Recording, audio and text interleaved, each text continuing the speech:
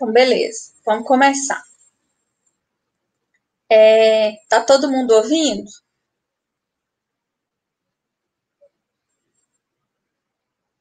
Sim, professor. Obrigada. Então, vamos lá, gente. Aqui, ó, o continente, a América Latina, né? Ela compreende aí 20 países com realidades socioeconômicas, populacionais distintas, né? Dentre os países subdesenvolvidos no mundo, a América Latina é o continente mais urbanizado, né, de todos. A Ásia, nós temos ali alguns países desenvolvidos, mas a maioria são países subdesenvolvidos, assim como o continente africano também.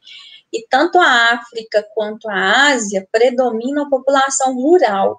Aqui na América Latina, não, predomina a população urbana, ou seja, mais de 80% das pessoas que vivem na América Latina estão vivendo em cidades. Nós temos ali quase 600 milhões de pessoas, né? 209 só aqui no Brasil.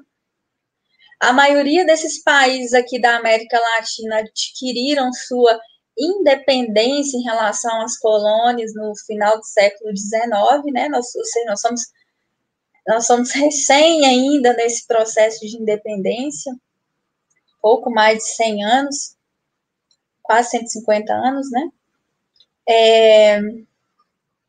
Nós temos aqui uma realidade também de poucos países serem industrializados. Nós temos essa condição aí de alguns países serem em desenvolvimento, que significa países que são pobres, mas que possuem ali indústrias em seu território. É o caso do Brasil, do México, Argentina, Chile. Nós temos países que possuem riquíssimas fontes naturais, de recursos naturais, né? Como a Venezuela, que possui a maior reserva de petróleo do mundo, o Brasil, que possui a maior mina de minério de ferro do mundo.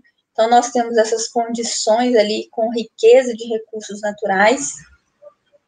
Mas, de modo geral, pessoal, né, se a gente for classificar aí esses 20 países, são países que ainda são muito subdesenvolvidos, são países pobres, que a maioria desses países ali possuem uma agricultura como atividade principal e uma agricultura de subsistência, não de exportação. Então, nós temos essas condições diversificadas aí dentro do continente da América Latina, né? Então, aqui é um pouco falando sobre a miscigenação do povo brasileiro, do povo da América Latina, né? Nós temos ali um período colonial ali de 500 anos, e nós tivemos ali a contribuição de vários povos, né? Durante o período colonial, a entrada de população europeia que estavam fugindo, né, de perseguições religiosas, buscando condições melhores de vida. Nós temos ali depois a entrada do negro, no século XIX nós temos a entrada de italianos, alemães, nós temos a entrada de japoneses, inclusive, aqui no Brasil, principalmente. Então, nós temos a contribuição de várias etnias, né, de vários povos, o que resultou ali, que trouxe como consequência um continente bem miscigenado. Alguns países não são tão miscigenados quanto o Brasil, né? Por exemplo, na Bolívia, 53% da população é indígena, né? Em relação à economia, nós temos ali países, a maioria dos países são agrícolas, como eu falei com vocês, e alguns países são mais industrializados. Mas todos esses países que são industrializados são países que dependem de tecnologia estrangeira.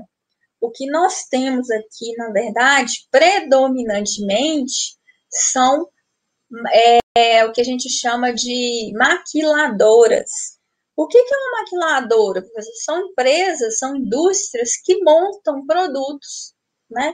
Então, aqui no Brasil, por exemplo, nós temos lá na Zona Franca de Manaus, todo o setor de automobilismo, todo não, principalmente de motocicleta, por exemplo, no Brasil, é fabricado aqui no Brasil, é montado, as peças, muitas peças vêm de fora, vai lá para a Zona Franca de Manaus e lá elas são montadas.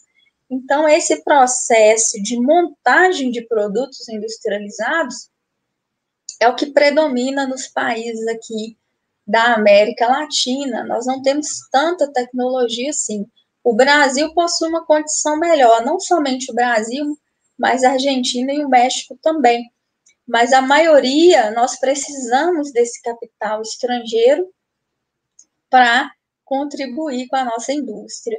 E as indústrias que nós possuímos aqui, são indústrias de menor valor tecnológico agregado nos produtos. Então, vai ser uma indústria automobilística, de montagem de carros, de motocicletas, vai ser indústria têxtil. Isso, nós estamos falando nem toda a América Latina, não, tá? São esses países aí, esses poucos países industrializados dentro da América Latina. Aqui nós temos um mapa, tá vendo, do continente americano, que mostra as principais áreas industrializadas do continente, de todo o continente, incluindo a América Anglo-Saxônica. Então, presta atenção. Aqui, ó, nós temos aqui na costa leste, nordeste, né, dos Estados Unidos, a região dos Grandes Lagos, que é o Manufacturing Belt, que é uma região industrializada mais antiga, é uma das mais antigas, não somente, né, do continente, né, aqui foi a primeira região do continente americano a se industrializar, que é essa região do Manufacturing Belt, que são grandes áreas industrializadas, ainda hoje, né, hoje ela é chamada de Rust Belt, cinturão ferrugem, porque ela não tem mais aquele vigor que ele tinha, como no início do século XX, mas ainda é uma região importante de industrialização, e nós temos médias, importantes áreas industriais. Aqui é uma grande área, é muito importante a região do Manufacturing Belt. Atrás dessa região, nós temos outras áreas. Aqui nós temos aqui no sul dos Estados Unidos, Califórnia, aqui em Seattle, então nós temos na costa oeste dos Estados Unidos, né, essas áreas importantes. E tirando essas áreas, essas grandes áreas importantes e essas áreas importantes, nós temos áreas industriais menores dentro do continente. Onde estão essas áreas? Em 3 países apenas, né? No México, em São Paulo, aqui no Brasil, e em Buenos Aires, na Argentina. Ou seja, nós podemos falar que a América Latina possui áreas pontuais de industrialização. Agora, como iniciou ali esse processo de industrialização? Aqui na América Latina, pessoal, o processo de industrialização começa depois da crise de 1930, né, dos Estados Unidos, a quebra da Bolsa de Nova York, em 1929, impossibilitou os Estados Unidos de exportar produtos, porque ele estava em crise, e nós dependíamos desses produtos. Para não ficar sem esses produtos industrializados, alguns países da América Latina, quais? México, Brasil e Argentina, decidiram adotar um processo de industrialização, adotando a indústria de substituição de importação. Ou seja, nós não vamos mais importar, nós vamos substituir essa importação por uma produção própria. E daí, isso foi feito por quem? Pelo governo, tá? E é daí que surgem as grandes estatais. Existem estatais não somente aqui no Brasil, no México também existe, na Argentina, e surgiu nesse período. Aqui no Brasil nós podemos falar da Siderúrgica Nacional, a Vale do Rio Doce, né? Ela foi privatizada em 1990, mas o governo brasileiro ainda possui ações nessa empresa, né, uma grande empresa, é uma das maiores do mundo. O Brasil não possui ações majoritárias, mas possuem ações ainda. A Petrobras, que foi criada em 54, e aí a Petrobras, sim, né, a maioria das ações pertencem ao governo brasileiro. Eletrobras e outras. E existem petroquímicas também lá no México, empresas estatais na Argentina também. Então, o momento inicial da industrialização aqui na América Latina é chamado ali de indústria de substituição de importação. Mas predominou assim o tempo todo? Lógico que não, né? Hoje nós não temos somente indústrias estatais aqui no nosso território. Nós temos outras indústrias, indústrias privadas. E quando que começou a ter essas indústrias do setor privado? Elas começaram a partir de 1955 em diante, né? Principalmente quando o JK, Juscelino Kubitschek, enquanto presidente, permite a entrada de capital estrangeiro, permite que empresas estrangeiras entrem no nosso território e comecem a desenvolver setores que precisavam, como, por exemplo, de rodovias, de infraestrutura, como o setor energético, e daí nós começamos a ter entrada de capital estrangeiro. Lá em 1990, ocorreu um outro processo que permitiu a entrada ainda mais de capital estrangeiro, de indústrias estrangeiras aqui, não somente no Brasil, mas na América Latina como um todo. Então, nós temos ali a entrada de grandes empresas aqui na década de 1990, porque o Estado permitiu essa entrada. Além da permissão dessa entrada, nós tivemos também, paralelo a essa entrada, um processo de privatizações, não somente aqui no Brasil, tá, gente? Nós estamos falando da América Latina como um todo. Então, nós tivemos ali, com o governo do Fernando Henrique Cardoso, um processo de privatização de estatais. Houve um entendimento naquela época de que empresas estatais geravam prejuízo. E, com isso, o governo abre brechas para que essas empresas estatais fossem privatizadas. Uma grande empresa que foi privatizada foi a Vale do Rio Doce, que hoje é uma das empresas mais ricas do planeta. E nós temos também o setor de telecomunicações, que também foi privatizado. E hoje esse processo de privatizações de empresas estatais, né, digamos assim, ela varia de acordo com o governo, né? Se o governo entende que as empresas não contribuem tanto para a economia do Brasil, há uma abertura ali para privatização. Dependendo do governo, essa brecha ela diminui. Tranquilo, pessoal? Então, vamos aqui resumir o processo de industrialização da América Latina. Nós temos 3 países industrializados aqui na América Latina, né, de industrialização mais relevante: México, Brasil e Argentina.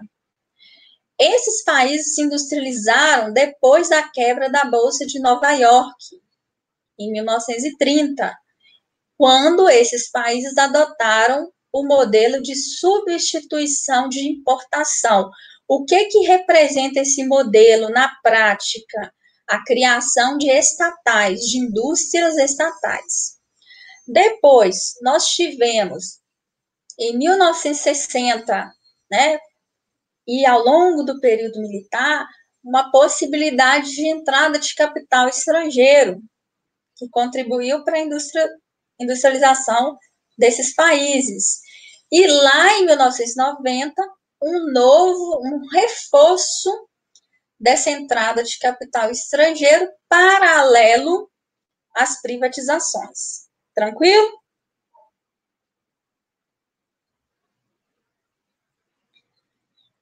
Olha, esses países que possuem ali esse processo de industrialização, eles são chamados de países emergentes ou países em desenvolvimento, porque são países que têm uma forte industrialização. O que caracteriza um país emergente é o fato de ter em seus territórios indústrias, ok? Então, o fato de ser emergente significa que ali existe indústria, não somente agricultura, mas também indústria. Então, a economia aqui da América Latina, né? Brasil, México e Argentina apresentam um parque industrial diversificado. Neste cenário se destacam esses países aí, sendo quase 90% de toda a produção da América Latina vem desses 3 países, né? De tudo que a América Latina, dos 700 milhões de habitantes que existe aqui na América Latina, somente 3 países que contribuem ali para essa industrialização, né? Isso é quase 70% de toda a riqueza gerada por esses 3 países. E como que é as condições sociais aqui da América Latina, né? Não quer dizer, pessoal, entenda, não quer dizer que se um país ele tem um PIB elevado, ou seja, produz riqueza através de seus setores econômicos, não significa que esse país distribui renda, gerando ali qualidade de vida, tá?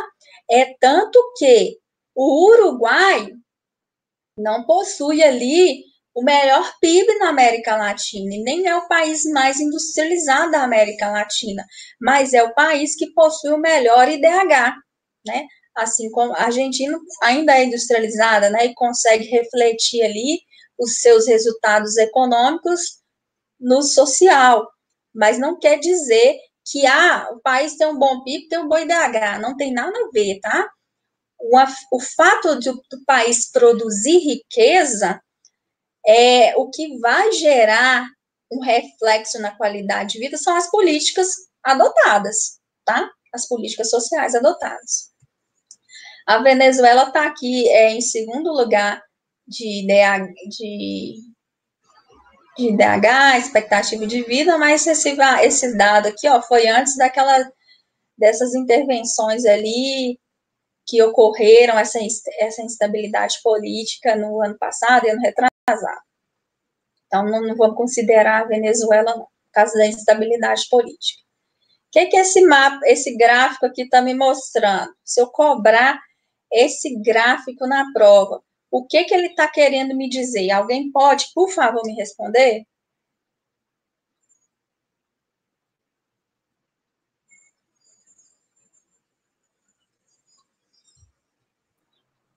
Acorda, gente, vamos. O percentual de pobreza de cada país? Sim, percentual de pobreza. E o que aconteceu? O que essas cores significam? 2 períodos de tempo. Diminuiu. Um significa antes dos anos 2000, o outro significa 10 anos depois dos anos 2000, acho que é isso. Tá, e o que nós podemos concluir? Que a pobreza diminuiu em relação a 1999. Isso. E você sabe me dizer por que essa pobreza diminuiu?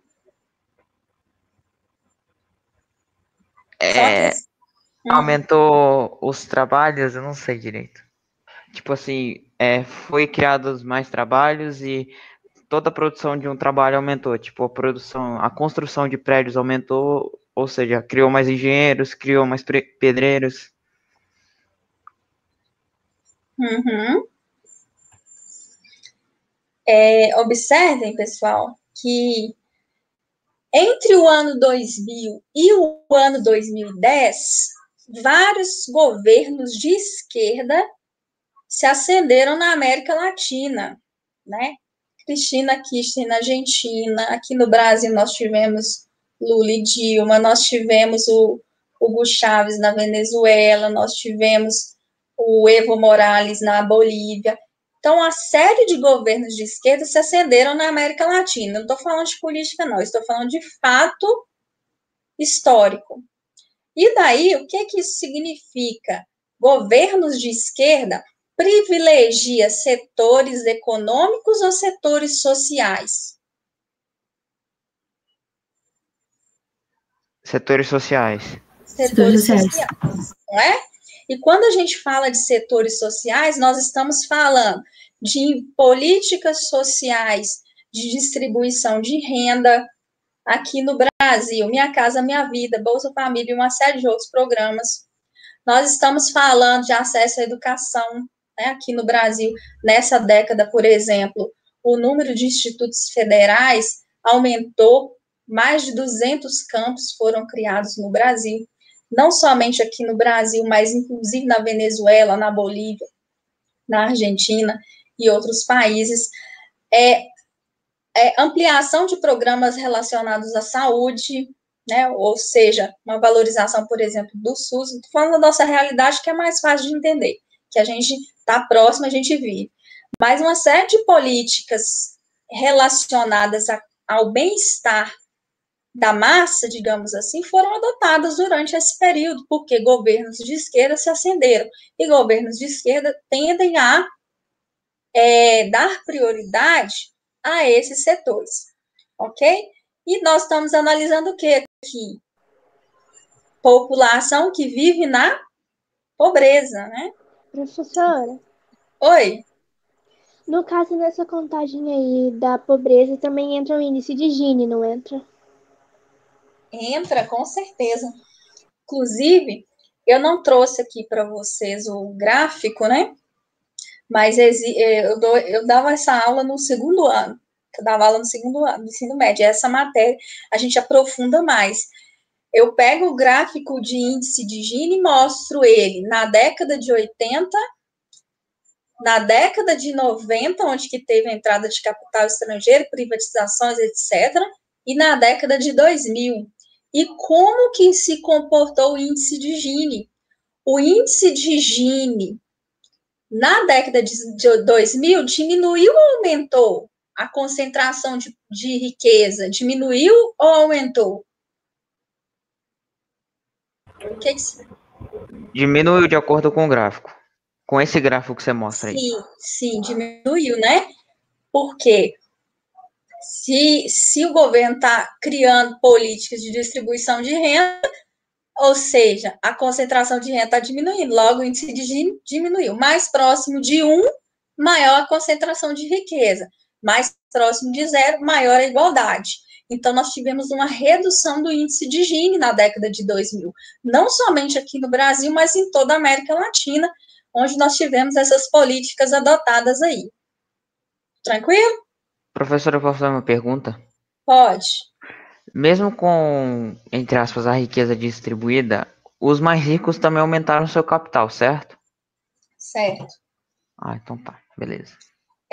A classe assim que mais sofre com essa questão da distribuição de renda é a classe média, né? Porque os impostos aumentam, né? Para você ter políticas de distribuição de renda, isso nem entra aqui na matéria, mas é para você entender que quando o governo ele adota políticas ali de distribuição de renda, aumenta impostos, aumentam a série, inclusive quem sofre mais com impostos no Brasil é a classe média.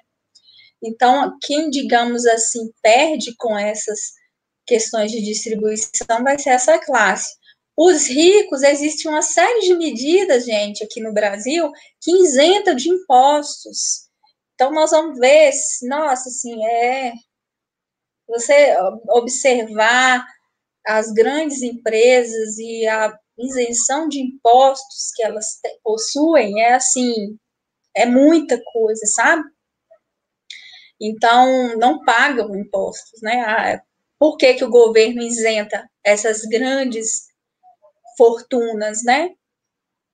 Porque o governo entende que esse capital, ele gera ali emprego, ele é revertido numa empresa, num comércio, e isso acaba beneficiando, né, de certa forma, a maioria. Mas é uma forma de pensar, tá bom? Professora, posso Oi, fazer outra pergunta? pode. o certo não seria, em vez de isentar as grandes empresas de impostos, diminuir um pouco o imposto para eles e aumentar um pouco nos trabalhadores? Mas assim eles ganharem mais salário? Diminui o imposto de quem você está falando? Diminuir o imposto da empresa, mas bem pouco assim, não é 10%, não, tipo 1, alguma coisa por cento, mas botar um imposto para a empresa, para ela continuar trabalhando, daí aumentar esse 1% em todos os trabalhadores da marca. Sim. Ó, é o Barcala, né, que tá falando? Não, é o Bruno? Travassos. Ah, tá. Nossa, a voz é idêntica ao do Bruno. O que acontece? Hoje no Brasil, você sabe qual que é as empresas que mais geram emprego? 70% de todo mundo que trabalha não são nessas grandes empresas, fortunas. São nas médias empresas, pequenas e médias empresas que geram emprego hoje. 70% da população brasileira está empregada nas pequenas e médias empresas. Então, pensa, onde que a redução de imposto tem que estar? É em qualquer empresa? Não, É onde? É na pequena e na média, onde que gera mais emprego, entendi. mais emprego. A grande empresa, as grandes fortunas, que são essas multinacionais que geram riqueza, que leva tudo para fora, elas estão aqui para lucrar, ok? Entendi. O governo não mexe com elas, teoricamente, entre aspas, não tô falando isso, assim, 100% certeza, mas eu estou falando que o governo não mexe nessas grandes fortunas, porque se mexer, a indústria, gente, a empresa, ela não tem fidelidade com o território, a gente já estudou isso. A empresa, igual aconteceu com a Ford na Bahia esse ano, né? Ela fechou, é verdade. Ela fechou, ela saiu, gente, era mais de 5 mil trabalhadores. O governo não isentou ela de imposto, porque entendeu que não era para isentar. O que ela fez? Juntou seus paninhos e foi para onde? Para a Argentina, entendeu? Explorar o capital lá. Então, quando o governo acaba mexendo com essas grandes fortunas, há uma fuga de capital. Então, a gente acaba ficando muito vulnerável a essas questões de isenção, né? A gente fica submetido, né, para ter emprego, tem que fazer, né, a política das grandes empresas. Então, é um campo bem complicado de se mexer, mas existem formas, sim, de taxar, de cobrar impostos daquelas empresas que são mais, né, que geram mais riqueza e contribuem pouco com impostos, etc. Vamos falar aqui um pouco agora sobre a economia agrária da América Latina, porque nós estamos falando de uma sub-região, né, a região da América Latina, que veio de um processo de colonização e uma colonização baseada na exploração, nas plantations, que é utilização de grandes terras, monocultura e trabalho escravo. Né? Isso que ocorreu aqui na América Latina ao longo de 500 anos. Após a abolição da escravidão, predominou ali ainda a monocultura e em grandes extensões. Ainda hoje nós temos esse setor como o maior representante da nossa economia. Mais de 40% da nossa pauta de exportação vem do setor primário. Ou seja, por quê? Porque o nosso histórico, né, favoreceu essa realidade. Nós temos grandes extensões de terra, nós temos solos, né, suficientes, se não são férteis, existe tecnologia para fertilizar esse solo. Então, essa lógica produtivista nesse setor continuou, né, mudou a mão de obra, mas a agricultura predominou, né? E aqui nós temos que entender a década de 1960. Então, nós tivemos o período colonial, plantejo. No século XX, continuou essa agricultura, mas lá em 1950, 1960, ocorreu um processo chamado Revolução Verde. Nós tivemos a Revolução Industrial, mas lá em 1960 ocorreu a Revolução Verde, que nada mais é, pessoal, da inserção de tecnologias no plantio agrícola, na criação de animais, nesse setor primário. E o que seria isso? A introdução de máquinas, de fertilizantes, de adubos, inseticidas, né? Agrotóxicos em geral. Toda inserção, toda modernização dessa produção, com a inserção dessas tecnologias, ficou chamada ali de Revolução Verde. E isso trouxe, com certeza, aumento da produção, mas também acarretou em toda a América Latina, em toda a América Latina, um processo ali de uma série de consequências. Então, olha aqui, a Revolução Verde, inserção de máquinas, né, e adubos e fertilizantes, promoveu alta produtividade. Mas essa alta produtividade demanda, como consequência, extensas quantidades de terras, né? Extensas áreas para o plantio. O que a gente pode falar aqui como consequência também ambiental?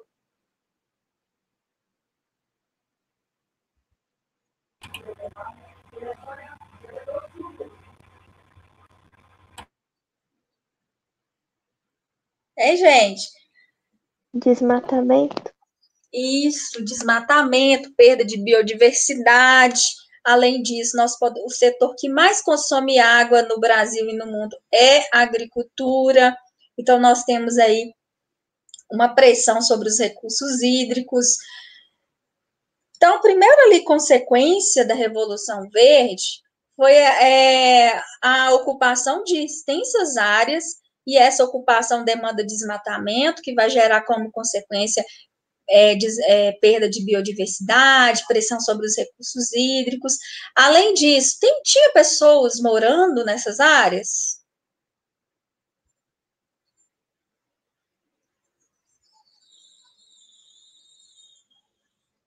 Tinha. Sim, né? Moravam quilombolas, indígenas, agricultores familiares. Então, existiam milhares de pessoas que viviam no rural. E como as máquinas ocuparam extensas áreas, essas pessoas tiveram que se deslocar muitos foram para os grandes centros urbanos. Tá? A concentração de terras gerou como consequência também o êxodo rural, que é a saída da população do campo para a cidade. No Brasil, isso gerou muitas consequências, gente. Até 1950, 1960, a população vivia predominantemente em áreas rurais. Né? A maioria da população, meus avós viveram em áreas rurais. E a minha mãe pegou essa transição. Minha mãe já morou na roça, mas veio para a cidade. Aí, por que ela veio para a cidade? Porque houve um processo de mecanização da produção agrícola que forçou a população do campo se direcionar para as cidades. Nas cidades, o que aconteceu? Houve ali vários problemas urbanos, porque a cidade não conseguiu absorver toda aquela mão de obra, então nós vamos ter ocupação desordenada, surgimento de favelas, essa população toda não conseguiu emprego, então aumenta ali o desemprego, a criminalidade, tudo como consequências desse êxodo rural. Nem todo mundo veio para as cidades, né? Boa parte dessa população, ela foi procurar emprego nas colheitas, né?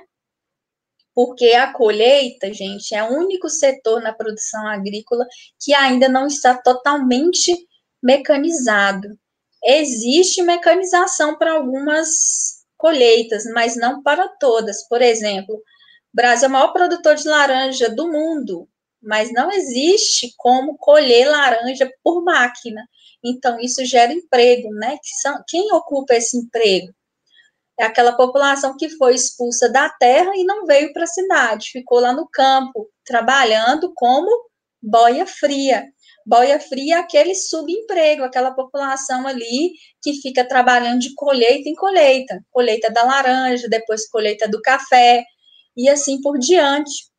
O corte da cana. O corte da cana em São Paulo já está mecanizado, mas no Nordeste, por exemplo, na zona da mata açucareira, lá ainda não é mecanizado, porque lá são muitos morros, né? Lá a região é de, de planaltos cristalinos, são áreas serranas, e aí não tem como a máquina subir e tirar a cana. Então, o trabalho lá ainda também é por meio do boia fria.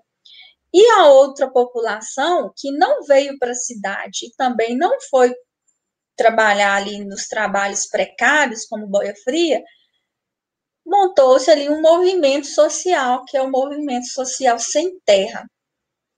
Gente, o movimento social sem terra, ele é legítimo no sentido de que está previsto na Constituição Federal um artigo lá que diz o seguinte, que todas as terras que não tiverem uso no Brasil, elas podem ser reapropriadas pelo governo federal e destinadas à reforma agrária. E aí, o que o movimento social sem terra pleiteia, né? Na verdade, pleiteia essas terras que não estão sendo utilizadas. Esse movimento pressiona o governo. Olha, aquela terra ali, ó, tá ali, tem 20, 30 anos sem ter uso.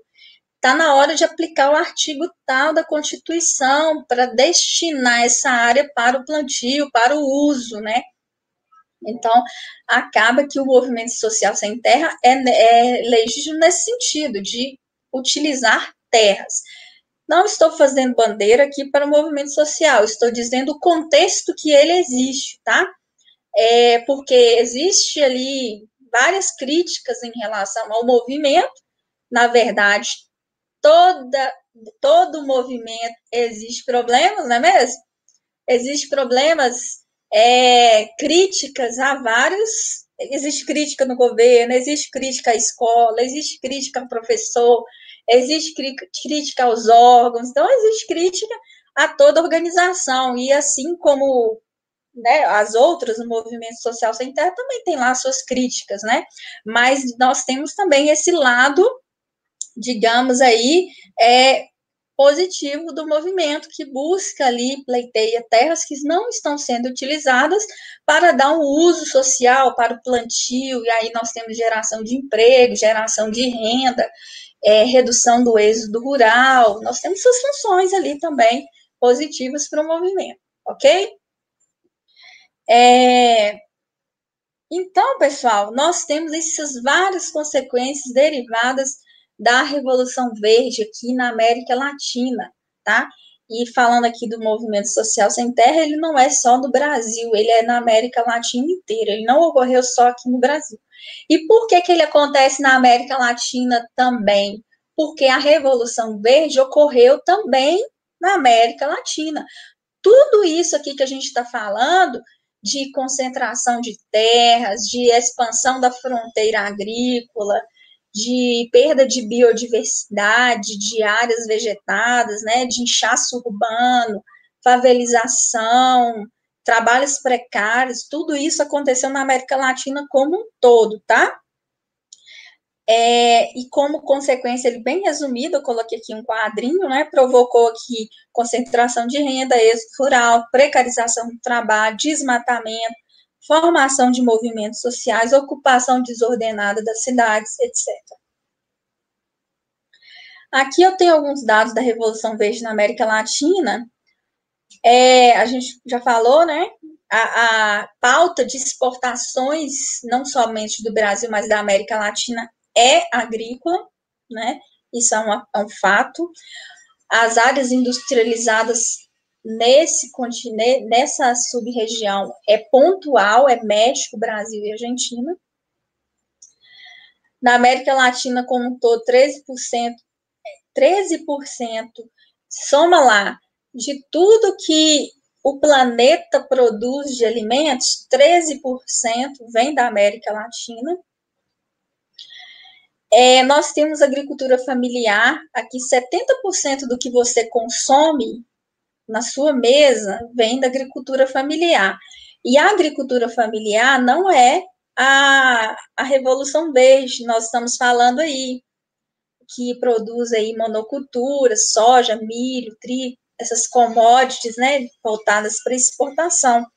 A agricultura familiar, ela produz alimentos diversificados, ela ocupa pequenas áreas, ela ocupa muita mão de obra, é um sistema de produção diferenciado.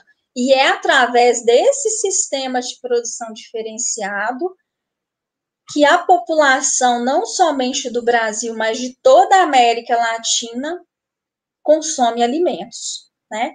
Não é o que a Sadia está produzindo de grãos, que é exportado para os Estados Unidos, para o Japão, que nós consumimos. Nós consumimos o quê? O que a agricultura familiar produz. A América Latina possui ali a pior distribuição de terras do mundo, né? Ou seja, 51% de todas as terras da América Latina pertencem a 1% das pessoas que vivem no rural. Gente, é muita concentração de terra, né? Aqui no Brasil, nós também temos aqui no Brasil, o último censo demográfico era 49% das terras no Brasil pertencia a 1% dos proprietários rurais. Esse índice ele tende a aumentar, porque há um processo ainda de êxodo rural, há um processo ainda de ampliação das culturas. Não é assim que a gente escuta, a soja bate recorde. O que o cara lá o produtor vai fazer? Nossa, tá plantando, tô rendendo, tá ganhando dinheiro, vou expandir a minha produção, não é assim? E isso provoca como consequência mais concentração de terras. O agronegócio brasileiro responde ali a 25% do PIB, é fundamental para o total das exportações. Existe uma diferença, tá, entre agronegócio e agricultura. A agricultura é o plantio em si, né? Só ali o plantio. Agronegócio é toda a cadeia produtiva.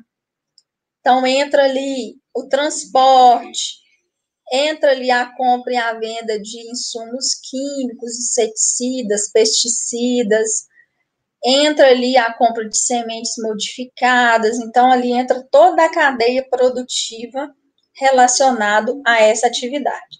E se a gente pegar ali tudo que nós produzimos, 25% do PIB vem dessa atividade e representa ali quase 40% de tudo que o Brasil consome. Gente, tranquilo?